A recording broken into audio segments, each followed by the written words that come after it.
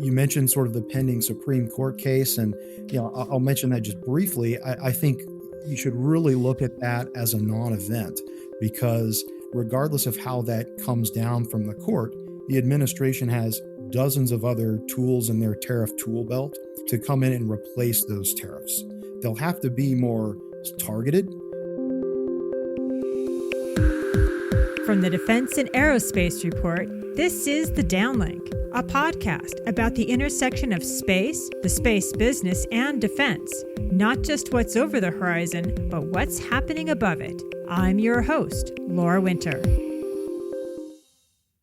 The U.S. Supreme Court struck down President Donald Trump's use of an emergency law, the International Emergency Economic Powers Act, to impose tariffs on friends and foes. It's been just over 12 months since the president began using these tariffs and the threat of tariffs unilaterally without the consent of Congress or elected representation. These tariffs are taxes on imports, and according to the Congressional Budget Office, businesses swallow 30% of the price increases, with consumers paying the rest. Since April of last year, it's estimated that these taxes have generated $240 billion for the federal government. The Federal Reserve Bank of New York released a report earlier this month that illustrates how American companies and consumers have paid 90% of that $240 billion. The president has used tariffs or the threat of tariffs to achieve a variety of goals. Some of them have been economic. Others are related to narcotics trafficking.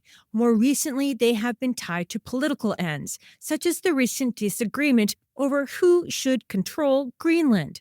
Thing is, tariffs aren't a one-way street.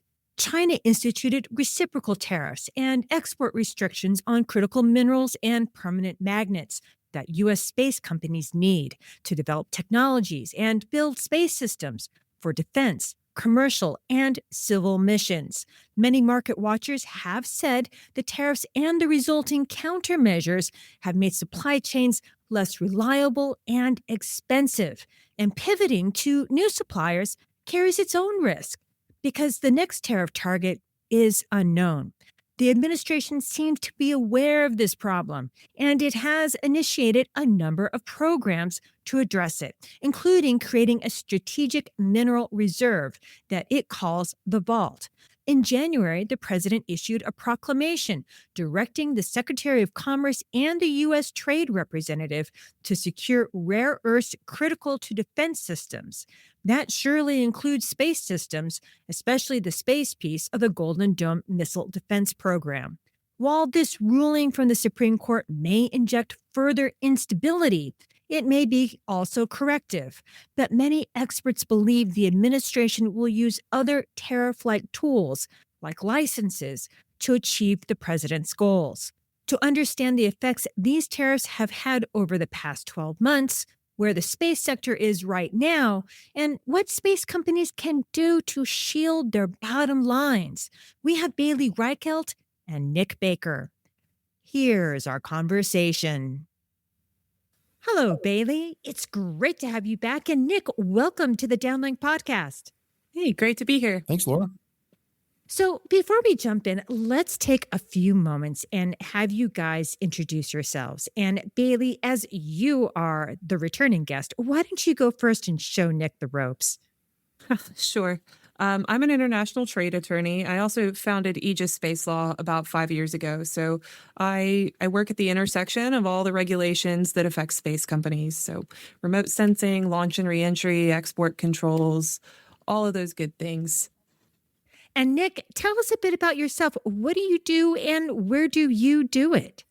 Yeah, absolutely. Yeah, thanks, Laura. My name is Nick Baker. Currently a managing director with Kroll. I co-lead the trade and customs team. Similar to Bailey, I'm a recovering trade attorney. Spent the first 10 years of my career practicing law, and I've been in the consulting space since 2018, really helping clients both in the public and private sector navigate the dynamic tariff environment and kind of deal with ever-changing trade regulations. Well, thank you both so much for making the time to come on the podcast. Now, I've brought you guys on the podcast because I think it's important to mark a year since President Trump and his administration started using trade tools to achieve a variety of goals, some tied to trade, some tied to the trafficking of fentanyl, and some tied to other pursuits.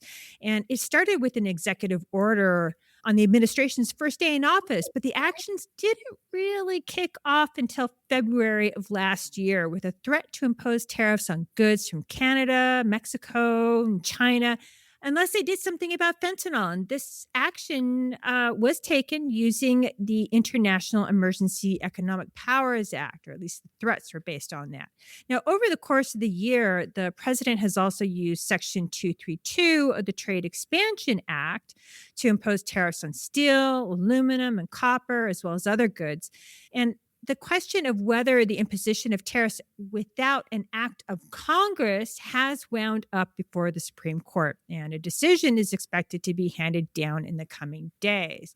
Now, we're not going to, worry about the Supreme Court, but we are going to worry about, generally what has happened in those 12 months. So, Nick, I don't want to take up any more time introducing the subject, but I would really appreciate it if you could take a moment and give us a general summation of where we stand with tariffs and counter tariffs, restrictions imposed by other nations, and how they've affected the defense sector broadly, not just space, but just the whole enchilada. Yeah, we are in an unprecedented tariff environment. I'd say over the last 12 months, the average U.S. tariff rate has increased, five or six fold, going from around 2.5% on average prior to this administration, up to north of 17 and 18%. Now that's come. You mentioned a number of the new tariff types and expansions of existing tariff regimes covering new products. So the IEEPA tariffs, sort of new flavor of tariff, very broad scope, covering most products from most countries with very little exemptions or exclusions. Really kind of one of the key policy drivers there was to bring our trading partners to the table to try to negotiate sort of bilateral trade deals. And I think the administration would argue that that's sort of been successful. But to do that, there's been a lot of push and pull, a lot of zigging and zagging, if you will, in the tariff landscape. And that's made it very difficult for the private sector to plan and react. So I think particularly in industry, like space or aerospace, where there's long lead times to these projects. There's research and development activity. There's engagement and qualifying with vendors and supply chain partners. These activities take months, if not years, to put in place. So now to throw a major fork in the road from a cost, timing, and availability perspective under a new tariff or a related, kind of counter tariff program, it's very challenging to plan and adapt to that. So a lot of what I spend my time doing is, playing the crystal ball, advising clients on the what ifs so they can be prepared to zig or be prepared to zag when, kind of things are changing. I think, you mentioned sort of the pending Supreme Court case, and, I'll mention that just briefly. I think you should really look at that as a non-event because regardless of how that comes down from the court, the administration has dozens of other tools in their tariff tool belt to come in and replace those tariffs. They'll have to be more targeted, either industry or sector specific. And I think that's really where industrials, semiconductor, aerospace need to be looking a couple steps ahead. So regardless of how that case comes out, where are potential pain points in our supply chain? How are we engaging with our partners? How are we looking to secure steady supply, maybe qualify new lanes of commerce to be ready to react? Because whatever comes, it's going to come fast and heavy, as it has the last 12 months. I think I've got one new gray hair for every new executive order or tariff action, as many times as things have changed. And, there's a lot more salt and pepper these days. Yeah, I like how, Nick, you put that, playing the crystal ball, that is a lot of people, they look to us as attorneys and they say, hey, what's going to happen? Or give me some certainty, help me build a business strategy. And at Aegis, we represent, well over 100 of the space sector. And a lot of them are small to mid-sized companies who don't have a lot of runway as far as operating capital. They can't stockpile things.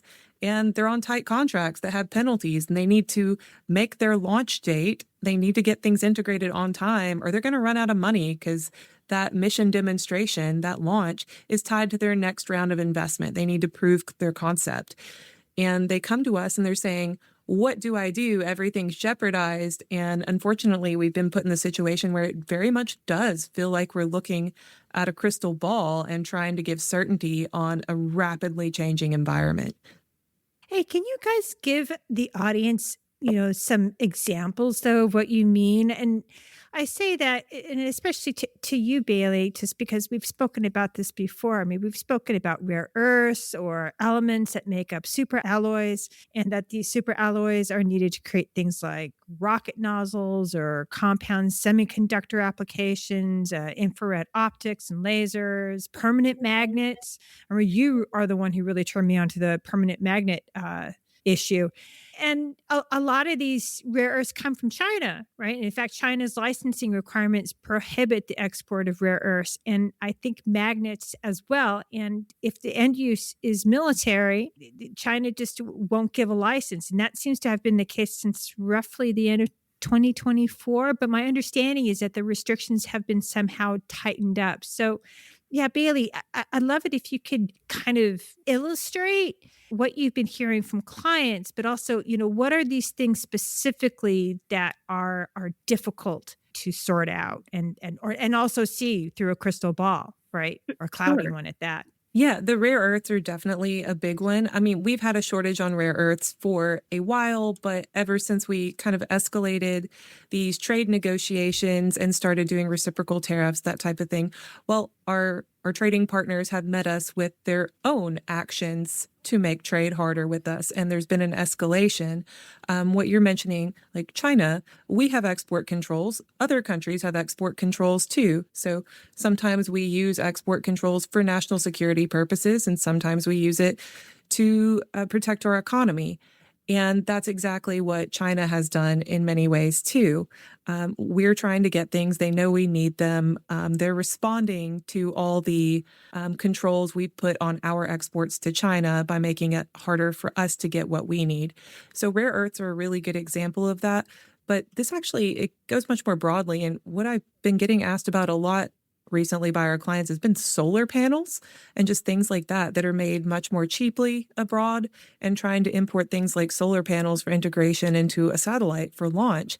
And historically, satellite components have not had, it's not been a high burden to import them. And now I'm getting lots and lots of questions about what are all the ways, if I'm on a government contract. So imagine you're a small space company, like, hey, this is for NASA, or this is an AFWorks or Air Force sponsored contract. Who can I go to in the government to find me a loophole from having to pay all these inflated tariffs? And what's happening is they are actually finding a lot of these, I guess loopholes might not be the best way to describe it, but certain government agencies are allowed to help out with the import and the fees involved.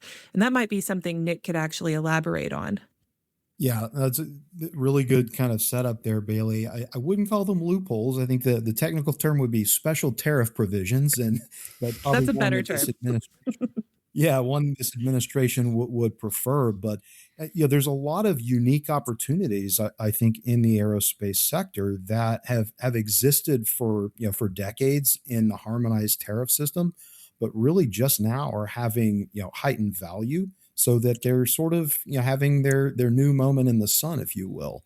One that you mentioned is for certain government procurement. There's a special carve out for authorization for NASA projects. There's those for military procurement, et cetera, where if you're a government contractor, you can get authorization from the agency. They basically say, we authorize that these products are for this project, and we're sort of granting you a certification, if you will, for a reduced and in some cases a no tariff cost. So it's still up to U.S. Customs at the border to enforce that. Make sure that it meets the criteria of the authorization, that the products you're bringing in, are actually aligned with that contract. But there's a lot of these sort of overlooked provisions that just haven't had much value. Again, for 2.5%, it's not worth it. But for 18.5, 25, 50% in some of these tariff cases, we're having to kind of go back to some of these old school fundamentals and try to find these carve outs. And your comment earlier about kind of the disproportionate impact on small and medium sized enterprises, I think is spot on. And that's probably one of the outcomes of this current tariff program that the administration might not have been as prepared for. Really, kind of the pushback and the disproportionate impact on some of these growing businesses, particularly in sectors where we need to become more self reliant. We need to be more vertically integrated. It's just not going to be Fortune 100 and megacorps, who get us to that robust supply chain. And how has been the pushback from small and medium sized companies? Because a lot of space startups, a lot of the new space technologies are coming from small and medium sized businesses.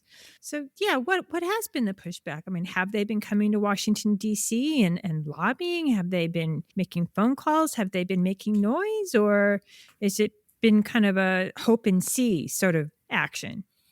We see really across the spectrum. And I think, advocacy is very effective in this administration, but it's also very costly. You see, on the evening news, you see CEOs in the White House. Again, that's small and medium sized enterprises. They don't have that kind of access. So they're having to take kind of smaller bites at a much bigger apple.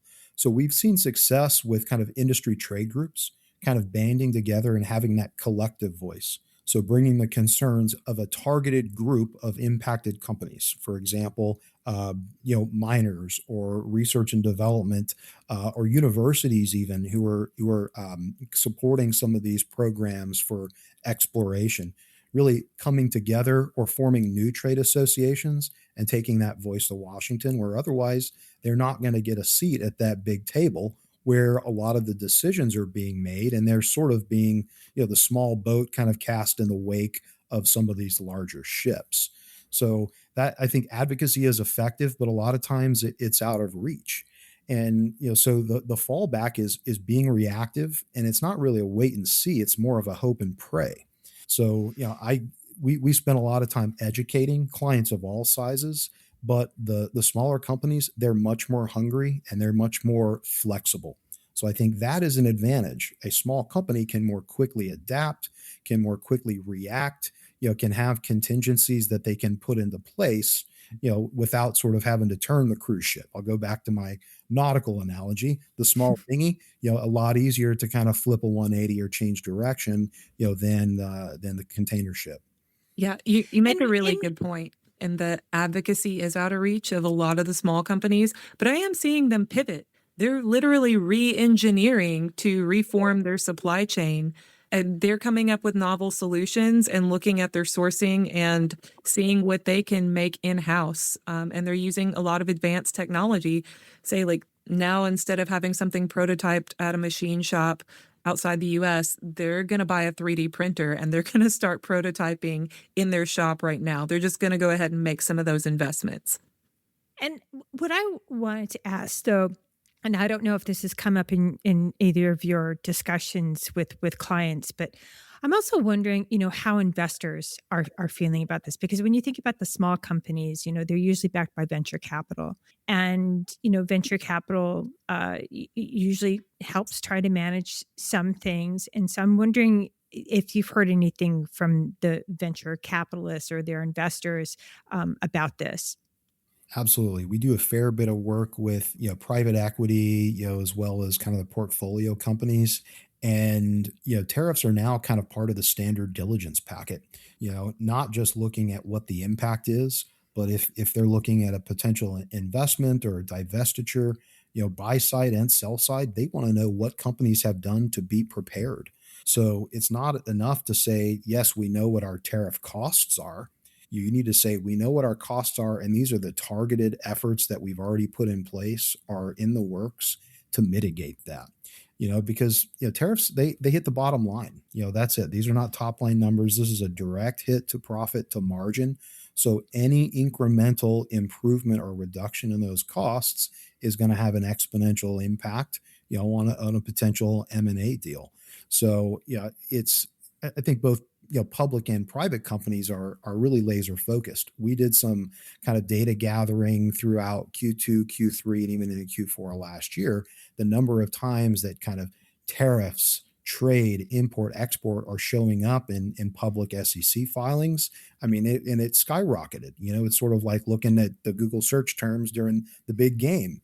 All the major players are now seeing exponential exposure. So we're seeing that continue to be a focus. And I think now that the dust has settled a bit and the tariff environment forward looking is a bit more certain, companies of all sizes are willing to make some of these strategic investments. A lot of things that Bailey mentioned, shifting supply chain, nearshoring, onshoring, because they're a bit more comfortable what that outcome could be. The outcome is a bit more certain now, as opposed to making an investment in a new supply chain partner just to have the tariff bullseye shift to where you are now. Interesting. I also think it's pretty clear that the administration does see that access to rare earths and permanent magnets is critical to developing a resilient and dependable defense industrial base, right? I mean, in recent weeks, the Trump administration has directed the Secretary of Commerce, the National Trade Representative, to pursue negotiations regarding processed critical minerals and derivative products in the proclamation. And in this proclamation, it also even mentions the Secretary of Homeland Security. We've also had an announcement that the administration and the Import Export Bank will set up a strategic critical minerals reserve, like the Strategic Petroleum Reserve. They're calling it Project Vault. And just a few days ago, the Secretary of State hosted a ministerial summit with representation from 54 countries and the European Commission. And according to the State Department, agreements and MOUs were signed, and the participants agreed to stand up a thing called the Forum on Resource Geostrategic Engagement. They're calling it FORGE because you just can't get away from acronyms. But it's supposed to replace the Mineral Security Partnership and provide a mechanism to collaborate on policy and projects to secure diverse critical mineral supply chains. So I'm kind of wondering, though, those are some big things, right?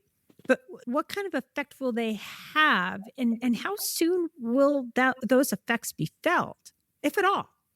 Yeah, that's a great question. I think looking at the long-term horizon of what the benefits are of kind of the current trade policy direction. So you mentioned the potential tariffs on critical minerals, which were presented under Section 232, which is a national security-based tariff program. This administration interprets national security not just in the defense or aerospace kind of context, but commercial and industrial national security as well. And as part of these sort of targeted commodity or targeted sector tariffs, the goal is to encourage both domestic and foreign investment in the related supply chains. I think in some cases to become vertically integrated as best we can, from mining to finished product. But there are certain materials, rare earths in particular, where the US just doesn't have those natural resources. So you look at sort of the steps in the supply chain, we have to think about something that's much more strategic for the first steps of that. We're very strong in research and development and innovation on what to do with those things once we get a hold of them. And then what do we turn them into? How do we then develop technology and equipment from them? But in order to kind of get to Z, you have to start with A. And I think Project Vault is one way to do that. I think the goal is a $12 billion investment, and when we're talking about hundreds of billions of dollars of kind of infrastructure around space technology, is that enough? It's sort of a seed type approach. Say, let's make sure we've got a critical floor of certain materials, but it's, I don't think, ever meant to be a sustainable improvement to the supply chain. It's more of a in case emergency kind of break glass, kind of like the Strategic Petroleum Reserve. But the benefit there is we have enough domestic production that we can kind of keep that reserve full. In the vault and rare earths and these critical minerals, we have to rely on others where those are more abundant, China and others that we're currently kind of at arms with from a trade perspective, to supply our short supply. So I think it's one sort of bridge, and time will tell if we're able to get enough of the infrastructure around these supply chains so that that's a kind of a helpful tool to get us to the next level. Let me ask you this, Nick.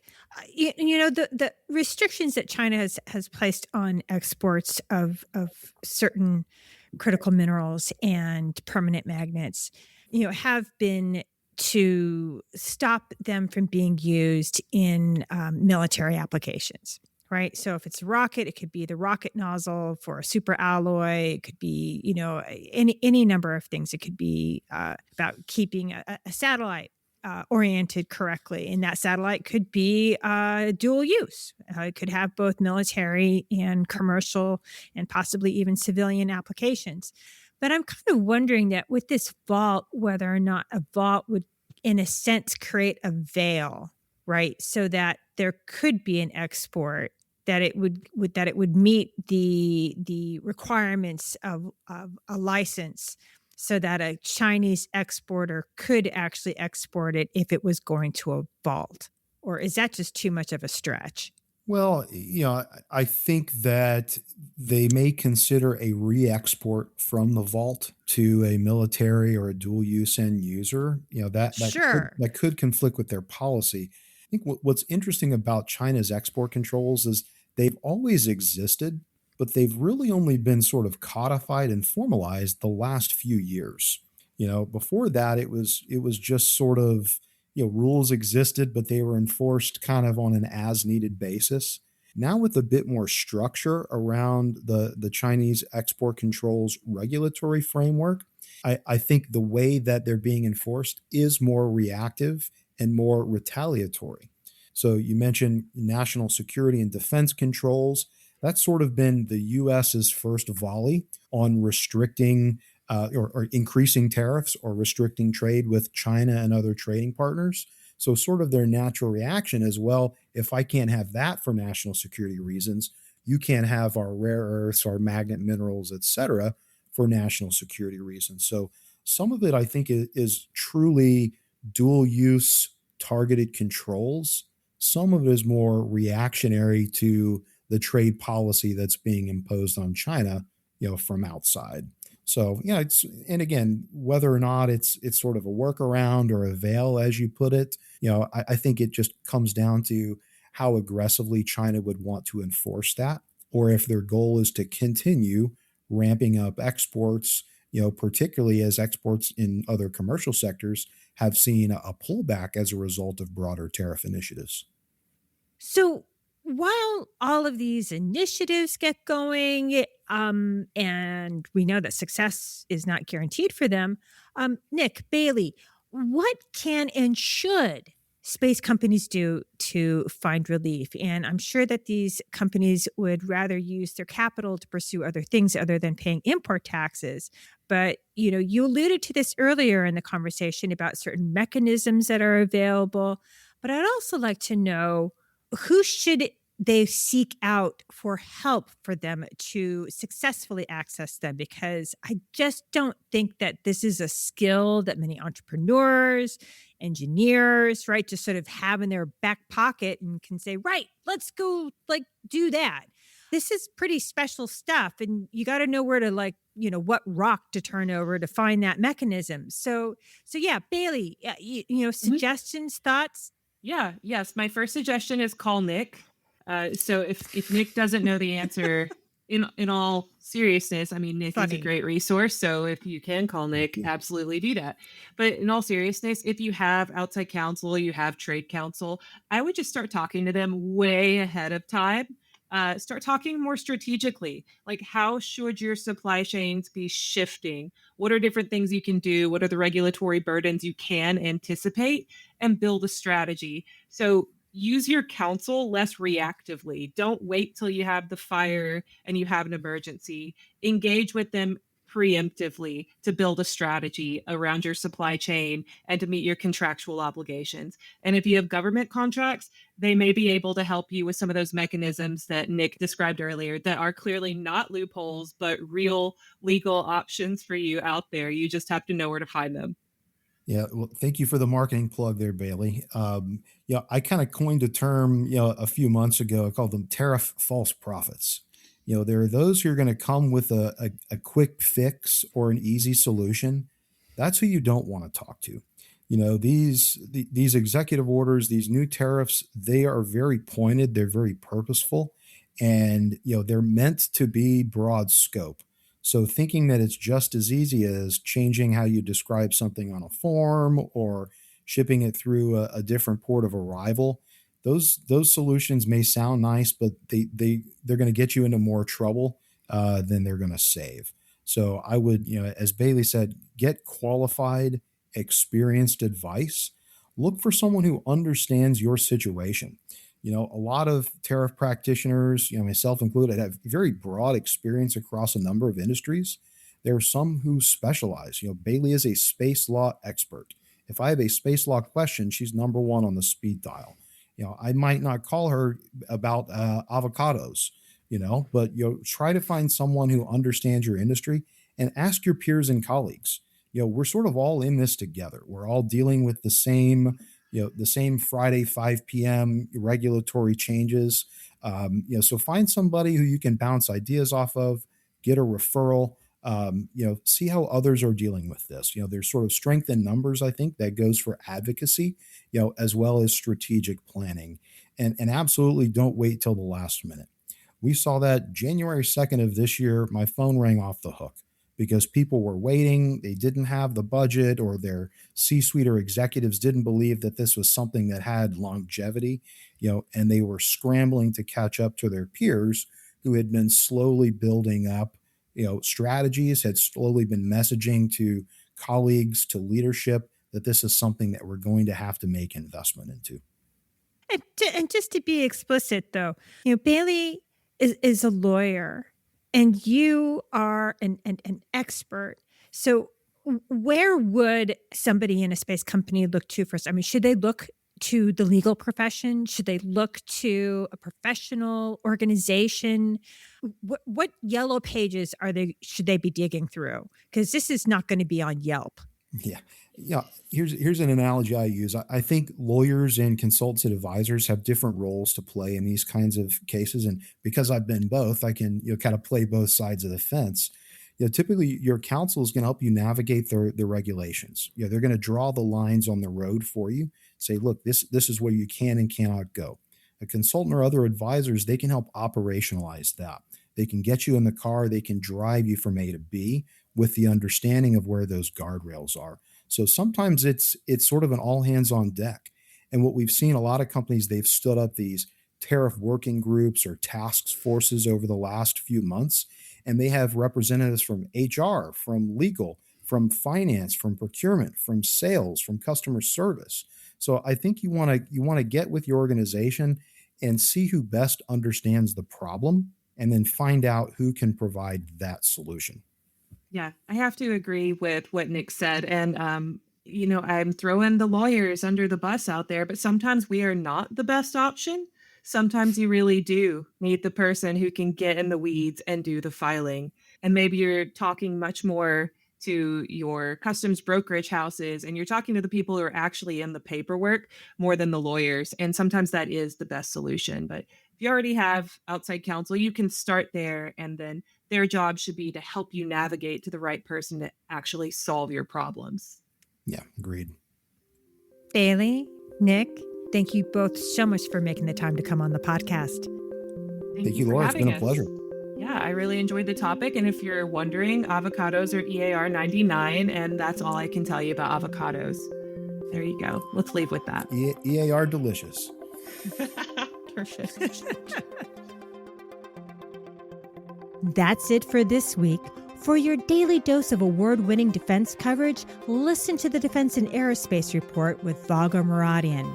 And for the maritime domain, listen to Cavas Ships with Chris Cavas and Chris Cervello. And get your air domain news and analysis from the Air Power Podcast with JJ Gertler and Vago Muradian. I'm Laura Winter. Thank you for listening.